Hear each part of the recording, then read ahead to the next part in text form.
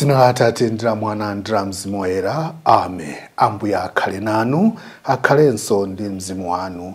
Tikulandireni nonse ku program ya Tilankhuleni Ambuye lero pamande Mulungu wa 4 pa nthawi ino ya Pasaka. Ndipo mawu yamba akuchokera ntchito za atumwi. Mutu 11 ndi meya 1 mpaka 8. Amene akutiwerengera mawu oyamba ndi a George Matambo kuchokera ku Mbusa Wabwino Parish, Msanje, mu Diocese ya Chikwawa. Uthenga wabwino ukuchokera mu uthenga monga dalembera Yohane Woyera mutu 10 ndi meya 1 mpaka 10. Amene akutiwerengera mawu a mthenga wabwino komanso kutigawira mawu ndi a Monsignor Patrick Tawale kuchokera ku St. Andrew Kagwa Parish mu Archdiocese ya Lilongwe. Mawu oyamba. Mawu a m'buku la ntchito za atumwi. Ntchito za atumwi mutu 11 ndi meya 1 kulekeza 18. Pa nthawi yomweyo atumwi aja ndiponso abale onse amene anali ku Yudeya adamva kuti anthu a mitundu ina nawonso alandira mawu a Mulungu. Tsono pamene Petro adabwera ku Yerusalemu, angulu lolimbikira za kulumbala adatsutsana naye. Iwo adati, "Inu mudalowa nyumba ya anthu osalumbalidwa nkudya nawo pamodzi." Apo Petro adayamba kuwafotokozera mwatsatanetsatane zimene zidachitika. Adati, "Ine ndinkapemphera m'mudzi wa Yopa. Ndidachita ngati kukomoka. Ndiye ndidaona ngati kutulo chinthu china chikutsika pansi kuchokera kumwamba. Chinkaoneka ngati chinsalu chachikulu chomangidwa pa nsonga zake zinayi. Ndipo chidafika pamene panali ineyo. Nditachipenyetsetsa, ndinaonamo nyama zoweta ndi zakuthengo, ndiponso zokwawa ndi mbalame zamlengalenga. Tsono ndidamva mawu ondiwuza kuti, 'Petro dzuka, ipha udye.' Koma ine ndidati, 'Iyayi pepani Ambuye. Ine ndikale lonse chinthu chosayera kapena chonyansa sichinalowepo pakamwa pangapa.' Koma mawu ochokera kumwamba aja adaneranso kachiwiri kuti, 'Zimene Mulungu aziyeretsa, iwe usati nzosayera.' Zimenezi zidachitika katatu, ndipo zonsezo zinatengedwa kupitanso kumwamba. Nthawi yomweyo kudafika anthu atatu ku nyumba kumene ndinkakhala. Adatumidwa kwa ine kuchokera ku Kesareya. Mzimu Woyera anali atandiwuza kuti ndisakayike konse, koma ndipite nawo. Abale asanu ndi mmodzi awa nawonso anandiperekeza, ndipo ndidakalowa nyumba ya Korneliyo. Iyeyo adatisimbira za mmene adaonera mngelo atayimirira nyumba mwake nkumuwuza kuti, 'Tuma anthu ako ku Yopa kuti akayitane Simoni wotchedwa Petro. Iyeyo adzakuwuza mawu amene iwe udzapulumuka nawo, ndiponso onse a m'banja mwako.' Tsono pamene ndidayamba kulankhula, Mzimu Woyera adawatsikira iwowo, monga momwe adatsikiranso ife poyamba paja. Pamenepo ndidakumbukira mawu aja amene adalankhula Ambuye akuti, Yohane adabatiza ndi madzi, koma inu muzabatizidwa ndi Mzimu Woyera.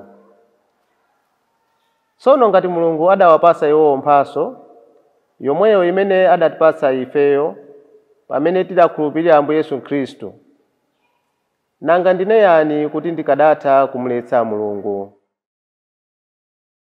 Pamenepo osusana naye aja adamva zimenezi, adaleka mitsutsoyo. Adatamanda Mulungu adati, kodi kani ndiye kuti Mulungu apatsadi ndi akunja omwe mwayi oti atembenuke mtima ndi kulandira moyo. Mawu a Ambuye. Tithokoze Mulungu. Ambuye akhale nanu, akhalenso ndi mzimu wanu. Mawu a Uthenga Woyera monga adalembera Yohane Woyera. Ulemu kwa inu Ambuye. Ine ndine khomo la nkhosa. Yesu ananena kuti kunena zoona munthu wolowa m'khola la nkhosa osadzera pa khomo, koma kuchita kukwerera pena, ameneyo ndi wakuba ndi wolanda. Koma munthu wolowera pa khomo ndiye m'busa wa nkhosazo. Iyeyo mlonda amamtsekulira, nkhosa zimamva mawu ake, ndipo amazitana mayina nkhosa zakezo nazitulutsa. Akazitulutsa nkhosa zake zonse, amazitsogolera, izo nkumamtsatira chifukwa zimadziwa mawu ake.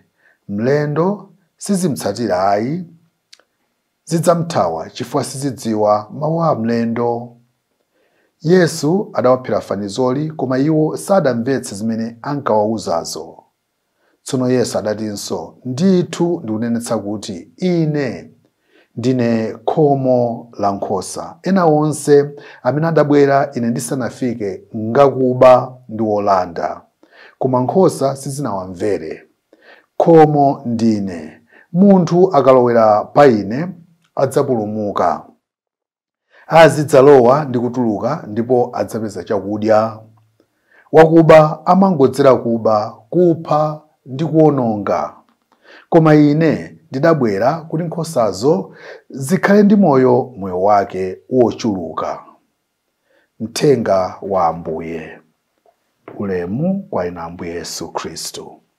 Abale anga okondeka mwa Ambuye, lero tikuwerenga mawu omwe aja tinawerenga dzulo pamene timachita chaka cha mayitanidwe Vocations Sunday. Ndipo tikuona kuti chauta lero iyeyo akutikumbutsa kuti iyeyo ndiye m'busa weniweni. Ndipo akunena kuti ifeyo tikatsatira m'busa weniweniyo ndiye kuti njira yathu ikhala yolondola. Tsono pali chichewa chakuti amene amadziwa m'busa wake akalankhula iyeyo amamvera. Masiku ano tikukumana ndi mawu osiyanasiyana. Timamva pa social media mawu osiyanasiyana, pa cellphone mawu osiyanasiyana, tikawerenga newspaper mawu osiyanasiyana, timaonanso ngakhale pa TV mawu osiyanasiyana, mauthenga kunjaku ngankhani. Ndiye kuti timvetsere uthenga wa Ambuye Yesu m'busa wabwino, timaona kuti chimakhala chinthu chovuta. Choncho lero tikukumbutsidwa komanso kulimbitsidwa mtima kuti tizikhala nkhosa zodziwa poyamba mawu a Ambuye Yesu, m'busa wabwino, osati abusa ena achakuba ayi. Koma sikukwanira kungomva mawu a m'busa, koma tikamva mawu a Ambuye Yesu m'busa wabwino tiyeneranso kuwatsatira.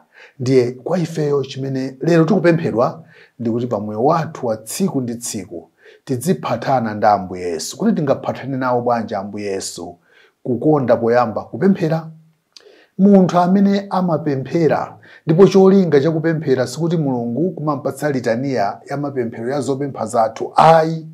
Cholinga chakupemphera nkuti timve cholinga cha Mulungu pa moyo wathu. choncho pamene tukumbukiranso lero kuti tonse ndife oyitanidwa muchadambira dzulo muja aliyense mwa ife azindikire kuti kuyitanidwa kwenikweni nkuyitanidwa ndi Ambuye Yesu, ndipo tiyenera kukhala otanganidwa kufunafuna zimene Ambuye Yesu akufuna kuti tichite. Kufuna kwa Ambuye Yesu, kufuna kwa Mulungu ndi kumene kuyenera kukhala koyambirira pa moyo wathu. Monga ndanena kale, sikukwanira kudziwa kufuna kwa Mulungu komanso kukutsatira. Amen.